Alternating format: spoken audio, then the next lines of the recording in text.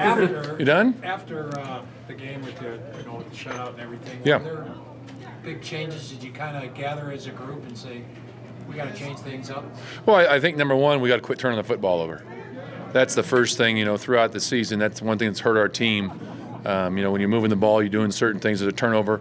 The first third down, Trevor did an outstanding job of escaping pressure, made a big throw, and the next thing you know, we turned the ball over. And then there's another time in the game we're driving, and there was a sack fumble, and it goes on. So that's the most important thing is everyone understands, hey, we got to quit turning the football over.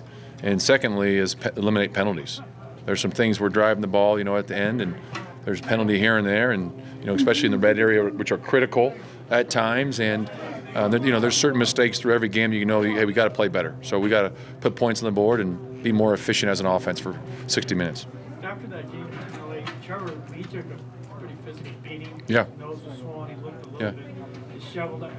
Would you look to design things maybe to get the ball out center, or just working with him and not taking so many hits? I know it's not just his fault, but he looked like a guy who'd been in a boxing match. Well, yeah, Mel got him pretty good on the one. I mean, that was that says a lot about Trev, the toughness and the way he fought through some of those things when you're getting hit like that. So we got to do a better job of protecting him and make good, quick decisions with the football to get it out on time. And everyone needs to be held accountable for that. And we're all in that together. So it's not just one guy, one position. It's everybody, all 11. Mike, do you protect well enough to play through line as much as you'd like to? Well, yeah, I think there's the good, and there's times when the ball's coming out quicker. There's certain times when I think Trev will tell you he needs to get rid of the ball quicker in certain things, and then there's breakdowns and protections. So, he's been hit before when we've been in big personnel groupings and everything. So, we got to just make sure we got the right plan and go out there and execute it the right way. And whatever help we got to give the offensive line or tackles, whatever blocking scheme who you're playing against. We know that's the biggest challenge on a weekly basis. The defensive lines these days and the athletic ability they have right now, and every team's got a couple pass rushers to get after the quarterback. So you try to help as many as you can and game plan accordingly. When you go back and look at it, I guess he's holding on to the ball too long because of what? Like what's attributing to that? Well, it's different every play. I wouldn't say it's every play that he's holding it too long. There's times where it's all different reasons. Is somebody not open?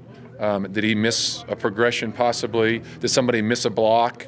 There's a number of different things for every play. It's not just the same thing. There's times he might slide in the pocket when he thinks he can go a certain way instead of stepping up. So there's a number. It's not just one thing. It's not one player. It's all of us. And I can do some things better too, or as coaches.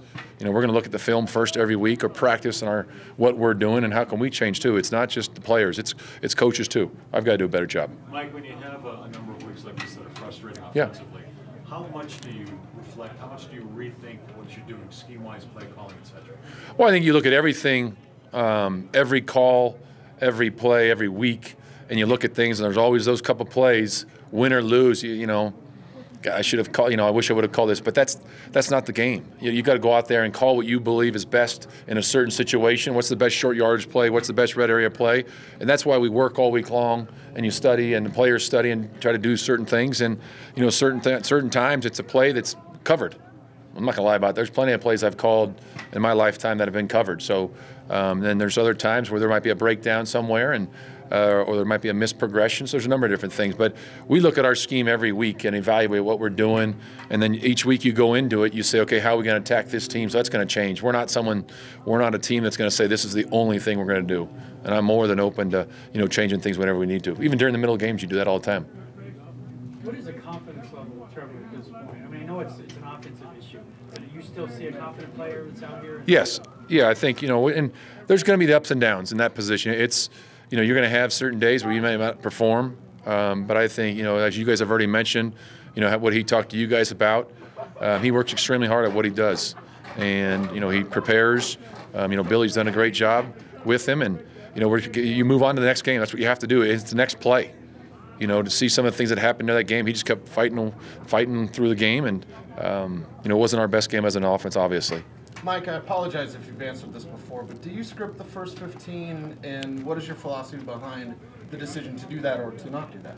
Well, I have a certain number of plays you want to run early in a game, but I can never tell you what the next down is going to be. So, you have your openers that you always like to run, but that changes. What's the first third down call? And we script all those things. So there's a number of different ways or you might see early in the game that, hey, let's go expose this. So that changes. But yes, we do have a good idea of the opening plays of what we're going to run, and then situationally what we're going to do, how you outline the call sheet, the red area, top red area plays, first, third, and short yardage plays. So that's all outlined, and that's what we work all week long for. How has Paxton looked getting back to practice this week?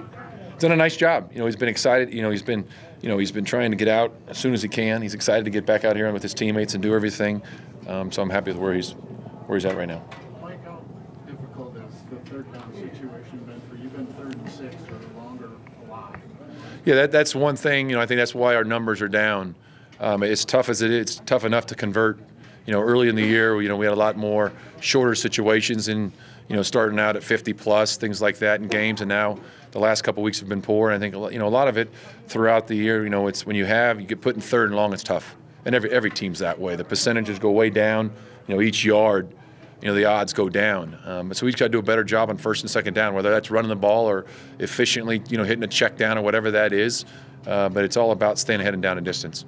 We noticed you turned up the crowd noise or music up a few decibels in practice today. You anticipate it being rather hostile Halloween Eve, pretty crazy at Arrowhead? It's a great place to play, and we all know. It's one of the great places. Every opportunity you get to play in the NFL is a great. It's great to play, but in this play, we all understand how loud it is. You faced a lot of good pass rushers. What challenges does Justin Houston present?